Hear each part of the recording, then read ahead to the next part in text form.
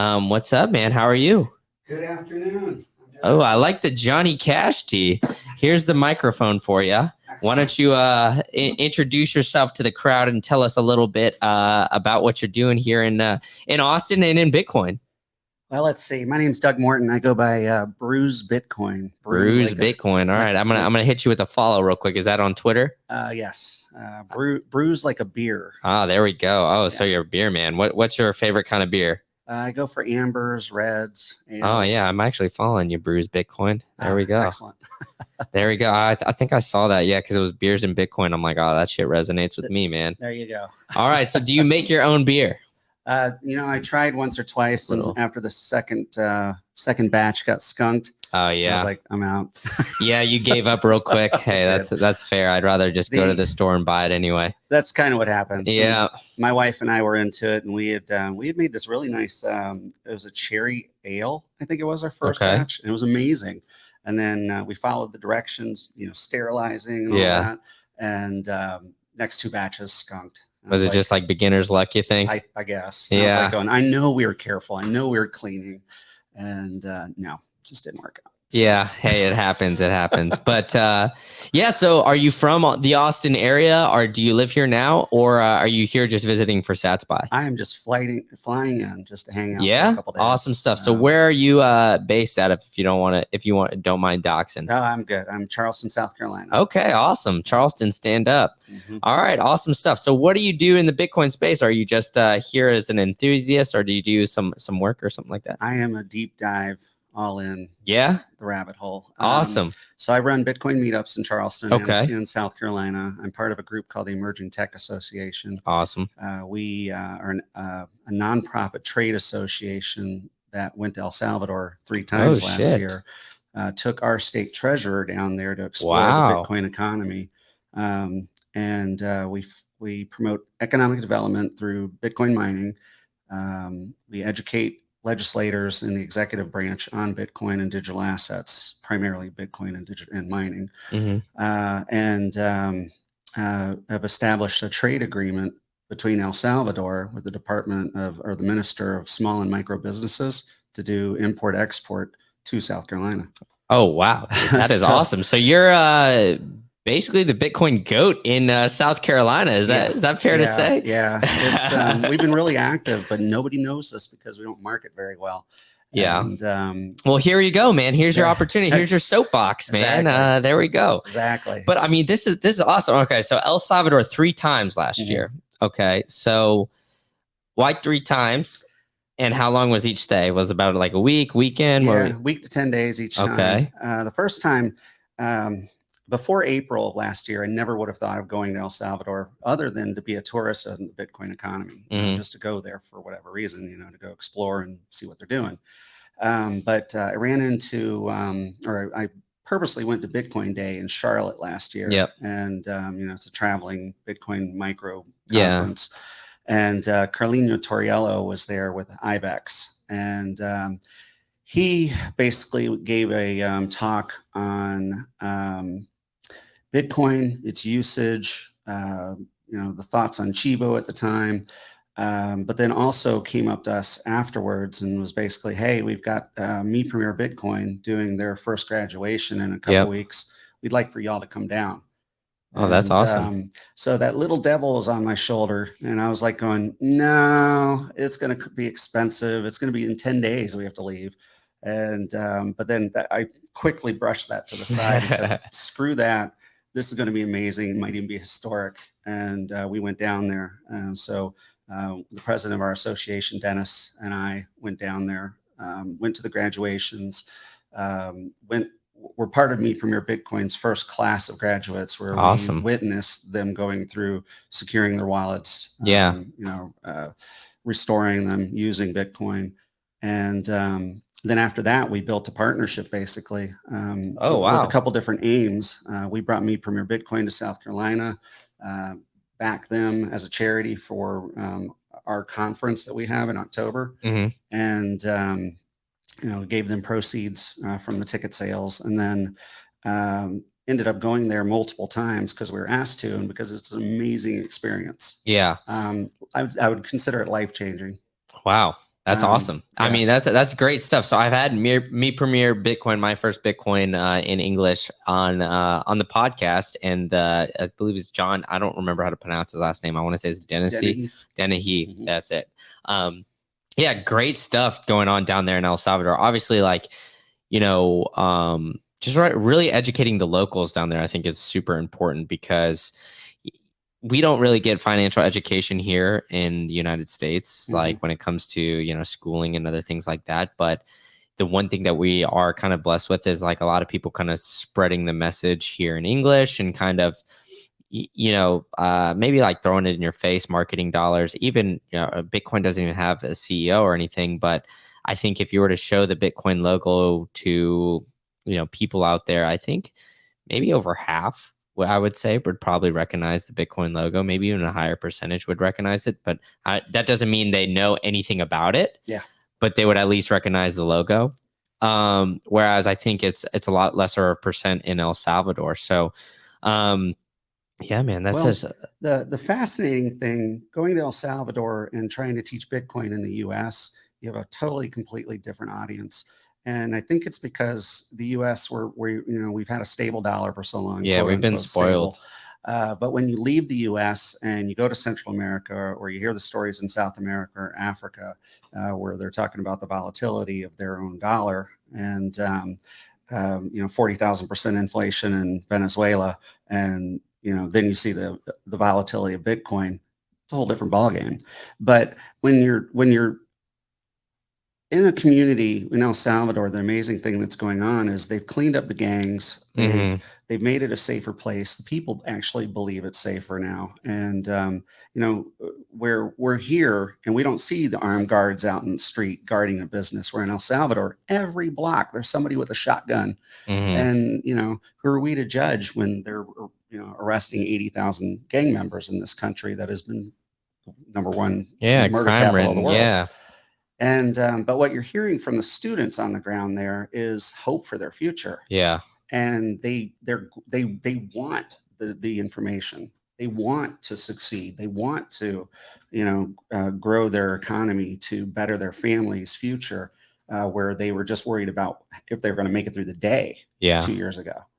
No, I hear you 100% on that. And, say what you want about like Bukele's tactics or anything like that. But at the end of the day, I think, it was a country that, like you said, was, there's no really great way to put it other than, I mean, I guess you could say, down, I don't know, but it was a third world country essentially, right? I mean, a third world country is not going to change overnight, which I think, the Bitcoin bears, especially on Twitter, like that kind of go at El Salvador. One, they would have never talked about El Salvador before any of this happened and ever even paid attention.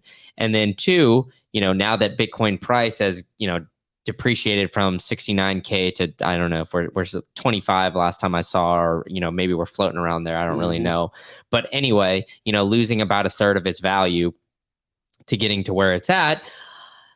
Everybody was just kind of running to quote unquote like dunk on El Salvador and like, but you can't turn around something that's been, basically almost like the punching bag for like the United States in the monetary policy, where it's like the monetary policy in the United States, because it's the global reserve currency and that the Fed has all this power to kind of, pull these cogs, pull these levers, pull these strings, all that kind of stuff.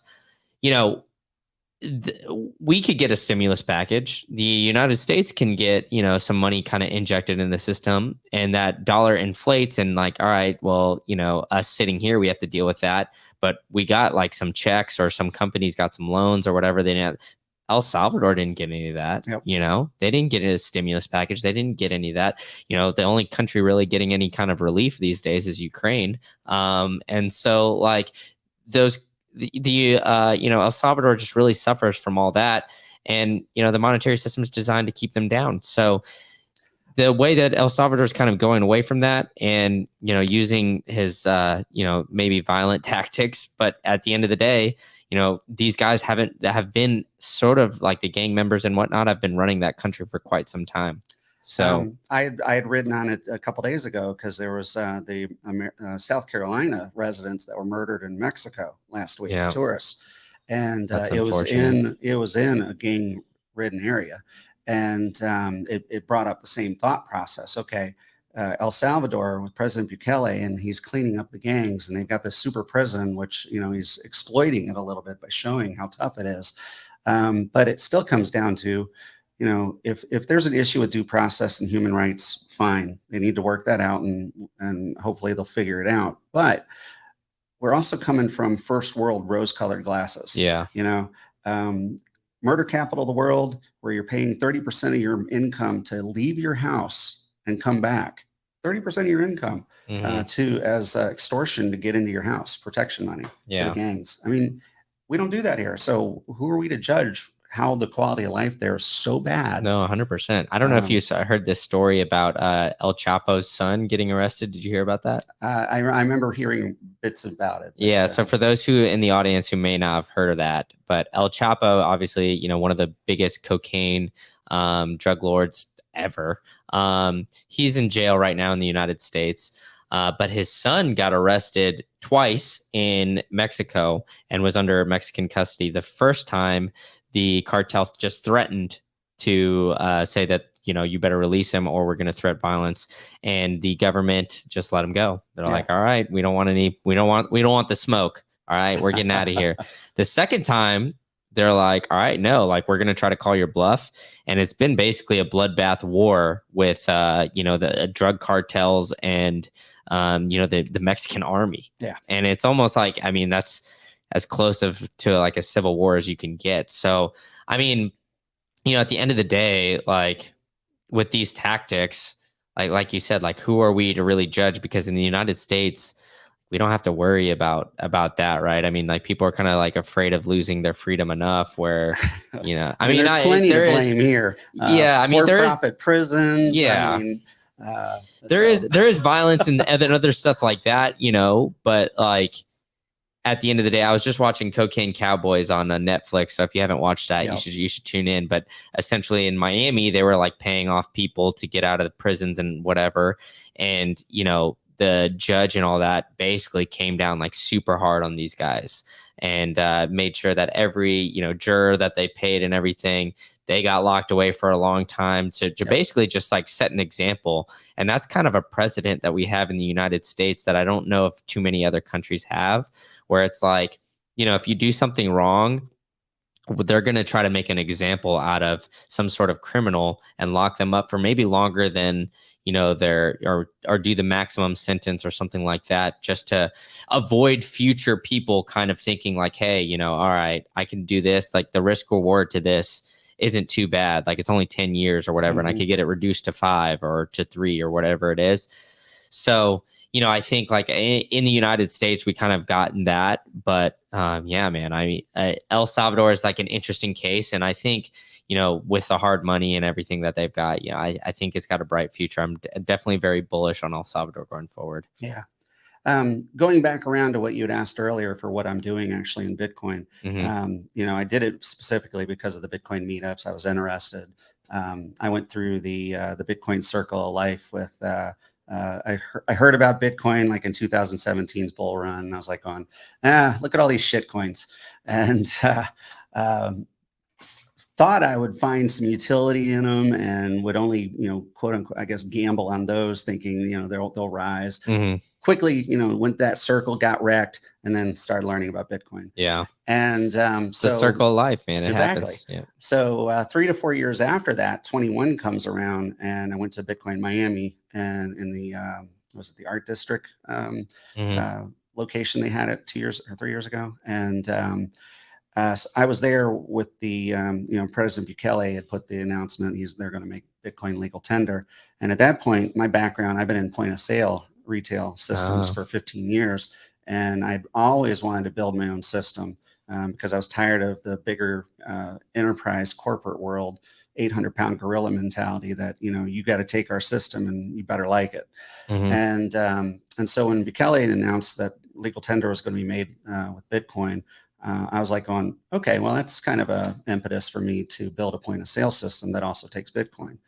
And so I actively started working on it that April or May, whenever that 21 conference was, and had a system ready to go in November. Wow. So much so that in 22, when Mahlers had announced, hey, got this great thing with NCR, and we're going to do Lightning. I was like, I've been doing this for 6 months, in my own little fashion. Yeah. Small mom and pop. But we were building it there just to make it work. And so now I've got a system that we've been building for a year and a half, and it's supercharged for Bitcoin. So runs a variety of different Bitcoin payment rails in the back end, BTC Pay Server, LN Bits. It's integrated with IBEX Pay, IBEX Hub, BitPay. You can sell non-KYC Bitcoin out of it with Azteco and with IBEX Hub. It shows prices in sats and in local currency. So it's multi-language, so it's in Spanish and English. It's got other languages available, but we haven't converted those for Bitcoin usage. This is going to sound weird. Were you at BitBlock Boom in August? Sure was. I'm pretty sure I met you there. Yeah. And I think we went over this. Yes. So it's all coming back to me, but I don't know if you remember me or anything from that, but I think we had just like a quick conversation with Justin Ragland. He's a Huntsville Bitcoin meetup guy. Yeah. Justin's amazing. So shout out to Justin, the Bitcoin connector. So exactly. I mean, that's where all my connections somehow lead back to Justin. He's the man, but he's an amazing person. His I think you demoed it for me too. Like, does it? Yeah. Right. You had the little, it almost looked like one of the point of sale kind of terminals, right? Yeah. Mobiles. Yeah. I brought it with me actually. For what I'm doing on Friday. Awesome. But, yeah. Startup Days Friday.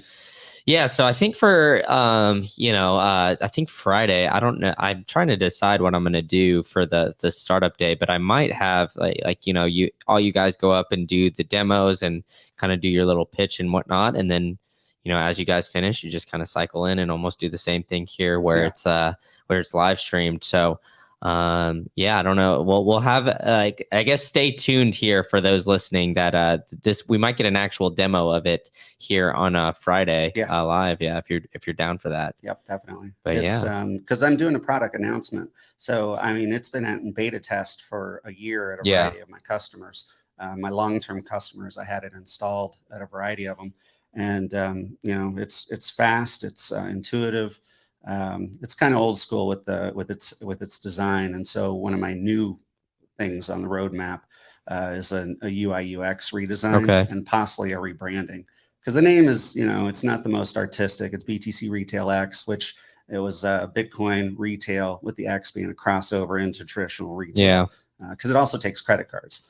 I do remember that. Yeah. So, but it's a working system and it works great. Version 1.0 we'll release it on Friday at this there we go announcement at PlebLab.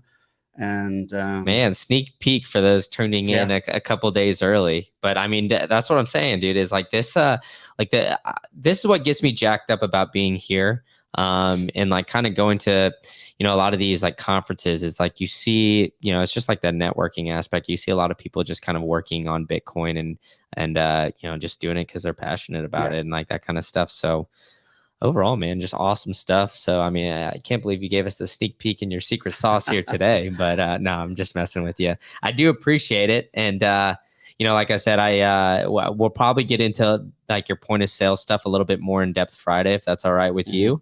And I'm gonna cut this one a little bit shorter than I have been. I've been going 2 hours the past couple of days, but I think tomorrow and Friday I might be doing like a marathon where I'm just sitting here talking all the time. So, So what was it again? It was Brews and Bitcoin. Brews Bitcoin. Brews Bitcoin. So that's BREWS Bitcoin on Twitter. Yep. And then he's got his brewsbitcoin.com, btcretailx.com. And be looking out for the announcement. He'll come in and provide a little bit more in-depth of what he's doing here Friday. So like this video, subscribe to the channel, retweet it, and follow PlebLab, follow all the stuff that they're doing out there. And Doug, man, thanks so much for coming in. Thank you very much for having me. It was a pleasure. All right, man, let's wrap it up. Wherever this mouse is. All right, there we go. Awesome.